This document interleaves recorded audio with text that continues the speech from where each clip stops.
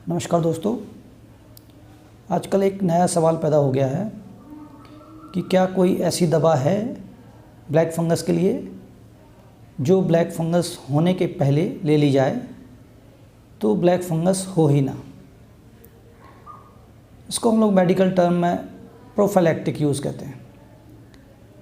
तो क्या ऐसी कोई दवा है जिसको प्रोफाइलैक्टिकली यूज़ कर सकें? तो हमारी जो ministry of health and family welfare department है उसमें ब्लैक फंगस के ऊपर एक एडवाइजरी दी हुई है। उसमें साफ साफ लिखा हुआ है कि ऐसी कोई भी दवा नहीं है and no prophylaxis is needed. इस म्यूकोरमाइकोसिस के लिए कोई भी ऐसी एंटी फंगल ड्रग नहीं है जिसको हम प्रोफाइलैक्टिकली यूज़ कर सकें। तो गलतियां हमसे पहले हुई हैं, उन गलतियों का ये नतीजा है कि आज ब्लैक फंगस इतना ज़्यादा फैला हुआ है और इसका प्रेवलेंस बढ़ा है। वो गलतियां हुई हैं कि स्टेरॉइड का यूज़ सब मिलके सभी लोगों ने अपने मन से ही स्टेरॉइड लेना शुरू कर दिया और उसमें जो टाइमिंग, डोज एंड ड्यूरेशन उसका ध्यान नहीं रखा गया और इतने इस तरीके से जो स्टेरॉइड लिया है भर भर के इंडियंस ने, इसीलिए पूरे वर्ल्ड में सबसे ज़्यादा म्यूकोरमाइकोसिस के केसेस इंडिया में ही हैं। तो हमने एक गलती की स्टेरॉइड की, उसके कारण हमें ब्लैक फंगस का प्रेवलेंस बढ़ा और अब ऐसा ना हो कि ब्लैक फंगस में हम कुछ गलती करें और उसके कारण कोई और बीमारी पैदा हो जाए कुछ महीने बाद।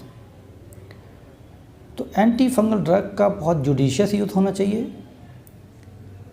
सारे एंटी फंगल ड्रग्स म्यूकोरमाइकोसिस में इफ़ेक्टिव नहीं हैं, उल्टा म्यूकोरमाइकोसिस को बढ़ाते ही हैं।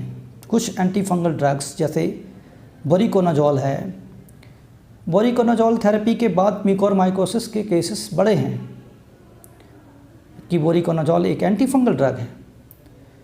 तो ये भी हो सकता है कि आप कोई दूसरी एंटी फंगल ड्रग लें जो म्यूकोरमाइकोसिस के लिए इफ़ेक्टिव ना हो और उसके लेने के बाद म्यूकोरमाइकोसिस और बढ़े, ये भी संभव है और ऐसा वोरिकोनाजोल के साथ हुआ है।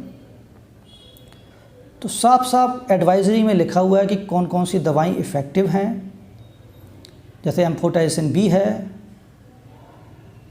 एम्फोटेरिसिन बी मीडिया में भी आ गया है, अखबारों में भी आ गया है। अब कहीं ऐसा ना हो कि लोग अपने मन से ही एम्फोटेरिसिन बी अपने घर पे ही लगवाना शुरू कर दें, क्योंकि एम्फोटेरिसिन बी के पोटेंशियल साइड इफ़ेक्ट हैं इसमें।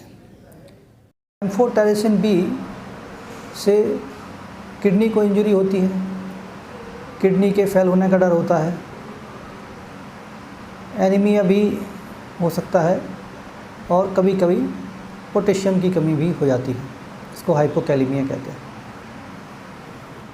तो ये सब साइड इफ़ेक्ट्स हैं इन सब दवाइयों के, इसलिए इन दवाइयों को स्ट्रिक्टली मेडिकल एडवाइस में, मेडिकल सुपरविज़न में, मेडिकल मॉनिटरिंग में, मेडिकल सलाह से ही लिया जाना चाहिए।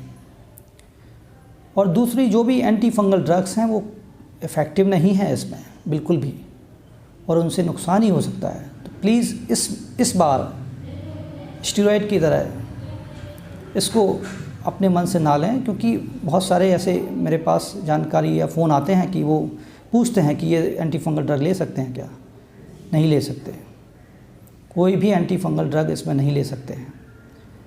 डॉक्टर जब डायग्नोस करेंगे और उसके बाद ही वो उनके सुपरविज़न में वो एंटी फंगल ड्रग दिया जाना चाहिए।